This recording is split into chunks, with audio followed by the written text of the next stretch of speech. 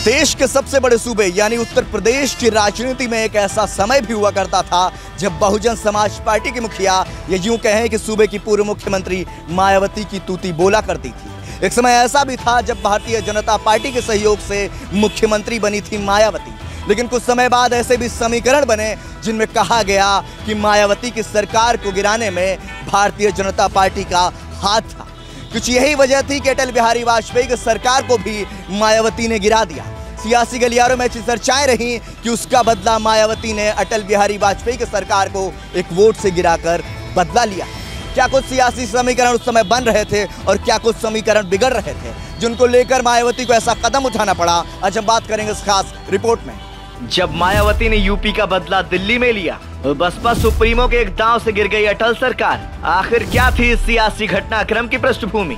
साल 1989 लोकसभा सीट बिजनौर, जनता दल के अपने निकटतम प्रतिद्वंदी को लगभग 10,000 वोटों के अंतर से हराकर मायावती पहली बार लोकसभा पहुंची। हालांकि इस चुनाव में मायावती के राजनीतिक गुरु रहे कांशीराम खुद अपना चुनाव हार गए, लेकिन उत्तर प्रदेश में बहुजन समाज पार्टी का प्रदर्शन उत्साहजनक रहा। राज्य में बसपा को करीब 10% वोट मिले। बसपा ने बीजेपी के 7.5% वोट को पछाड़ने में कामयाब रही। इस चुनाव में न सिर्फ मायावती का संसद में पहुंचना तय हुआ, बल्कि दिल्ली के राजनीतिक गलियारों में एक ऐसी शख्सियत की एंट्री हुई जिसने देश की सियासत को हमेशा के लिए बदल देने का सपना पाल रखा था। बाद में हुआ भी कुछ ऐसा ही। आगे चलकर मायावती ने न सिर्फ सरकारें बनाई, बल्कि सरकारें बनवाई और सरकारें गिराई भी। इस चुनावी किस्से में हम आपको एक फैसले की कहानी तक ले चलेंगे जिसने उत्तर प्रदेश में भाजपा और बसपा के 6-6 महीने सरकार चलाने वाले फॉर्मूले पर पानी फेर दिया था। आखिर ऐसा क्या हुआ था और क्या था वह फैसला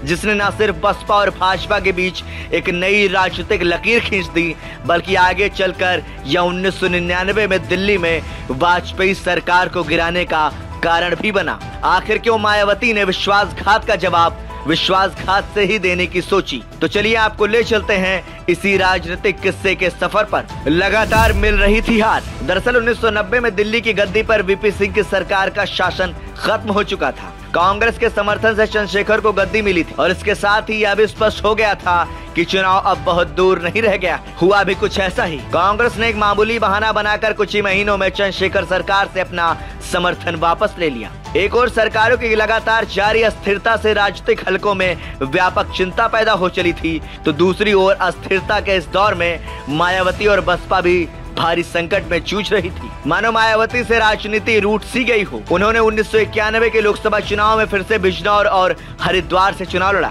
दोनों जगहों से उन्हें हार का सामना करना पड़ा। इसके बाद मायावती ने नवंबर 1991 में बुलंदशहर से उपचुनाव लड़ा, लेकिन एक बार फिर से उन्हें हार का मुंह देखना पड़ा। लगातार हार से हताश मायावती ने 1992 में न केवल अपना निर्वाचन क्षेत्र बदला, बल्कि राज्य भी बदलने का फैसला कर दिया। वह चुनाव लड़ने पंजाब के होशियारपुर पहुंची, लेकिन भाग्य ने यहाँ भी उनका साथ नहीं दिया। दरअसल लगातार हार और बसपा के खराब प्रदर्शन ने मायावती को गहरे अवसाद में डाल दिया था। कांशीराम को छोड़ दे तो बसपा का कोई भी उम्मीदवार चुनाव जीतने में कामयाब नहीं हो सका था। हालांकि हालात तब बेहतर होने लगे जब 1993 में विधानसभा चुनाव लड़ने के लिए सपा और बसपा फिर एक साथ मंच पर आए। सपा बसपा की इस राजनीतिक जुगलबंदी ने मुलायम सिंह यादव को यूपी की सत्ता पर काबिज होने का मौका दिया। इस नई बनी व्यवस्था में मायावती ने अपने पास कम प्रोफाइल रखी। ऐसा करने की सलाह मायावती को कांशीराम ने खुद दिया था, क्योंकि एक और जहां मुलायम सिंह यादव उस दौर में महिला राजनेताओं से सावधानी बरत कर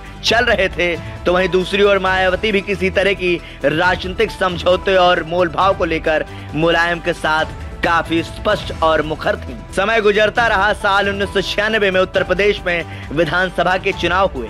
किसी भी पार्टी को बहुमत नहीं मिला और न ही किसी गठबंधन को लेकर बात बन पाई। राज्य राष्ट्रपति शासन की ओर बढ़ चुका था। इस बीच बसपा ने कांग्रेस से नाता तोड़ भाजपा के साथ हाथ मिला लिया। दोनों पार्टियों का मकसद था मुलायम सिंह यादव और उनकी पार्टी को रोकना। सत्ता में आने के लिए दोनों ने एक दूसरे का समर्थन की आवश्यकता का एहसास हुआ। तत्कालीन उत्तर प्रदेश बीजेपी प्रमुख कल्याण सिंह की आपत्तियों के बावजूद पार्टी के वरिष्ठ नेताओं को इस राजनीतिक संगम में जीत की धारा नजर आई। हालांकि मायावती के पहले कार्यकाल के अनुभव से मिली सीख के बाद कांशीराम गठबंधन और इनकी शर्तों को लेकर सावधान थे। दोनों पार्टियां मंत्रिपरिषद में बराबर की हिस्सेदारी पर राजी हुई। स्पीकर का पद बीजेपी के खाते में गया। साथ ही यह भी तय हुआ कि दोनों पार्टियां 6-6 महीने के लिए बारी बारी से अपना मुख्यमंत्री बनाएंगी। कांशीराम के करीबी रहे एक पत्रकार के अनुसार राजनीतिक रूप से कांशीराम को मायावती पर काफी भरोसा था। वह अपने गिरते स्वास्थ्य के कारण मुख्यमंत्री नहीं बनना चाहते थे। वहीं दूसरी ओर आडवाणी और वाजपेयी को मायावती पर भरोसा नहीं था। वे चाहते थे कि मुख्यमंत्री की कुर्सी पर कांशीराम खुद बैठे। इससे पहले कि गठबंधन अंतिम रूप ले पाता, उन्हें अस्पताल में भर्ती होना पड़ा। इसलिए उन्होंने दूसरी बार मुख्यमंत्री के तौर पर मायावती को चुना। लगातार हार से हताश मायावती का सितारा एक बार फिर से चमक उठा। राज्य से राष्ट्रपति शासन खत्म करने के लिए बीजेपी ने मुख्यमंत्री के तौर पर उनका समर्थन किया। दूसरी बार सूबे की मुखिया बनी मायावती। 21 मार्च 1997 को मायावती ने दूसरी बार मुख्यमंत्री के रूप में अपना कार्यकाल शुरू किया। हालांकि भाजपा नेता कल्याण सिंह इस बात से नाराज थे। उन्होंने बीजेपी और बीएसपी के बीच हुए इस राजनीतिक सौदे को अनुचित करार दिया। वह दोनों दलों के बीच मंत्री पद के बराबर बंटवारे के विरोध में थे, क्योंकि भाजपा के पास बसपा से 100 सीटें अधिक थीं। कल्याण सिंह पिछड़े वर्ग के एक मजबूत नेता थे और वह मायावती की सरकार में 2 नंबर के पायदान को लेकर असहज थे। इसके साथ ही मायावती को इस बात पर भी एहसास हो चला था कि अगर यूपी की राजनीति में अपनी जगह बनानी है तो उन्हें यादव नेता मुलायम सिंह यादव और लोध नेता कल्याण सिंह से पार पाना होगा। रास्ता कठिन था, क्योंकि दोनों ने लंबी राजनीतिक पारी खेल रखी थी।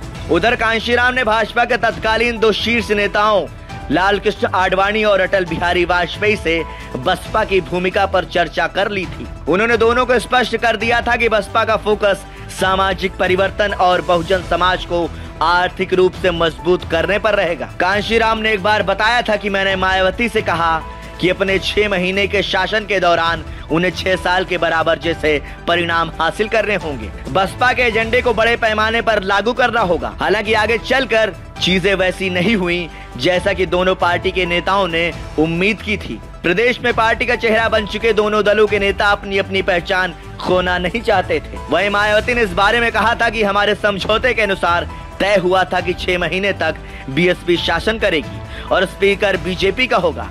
फिर अगले 6 महीने तक बीजेपी शासन करेगी और स्पीकर बीएसपी का होगा। लेकिन बीजेपी ने ऐसा नहीं किया। बाद में भाजपा बसपा को स्पीकर पद देने से मुकर गई और इसीलिए हम अलग हो गए। उन्होंने कहा कि हमारा स्पीकर आपका स्पीकर है, जो हमें अनिवार्य नहीं था। बसपा ने इसका विरोध किया। बीजेपी ने जो बोया था जल्दी उसे वही काटना था।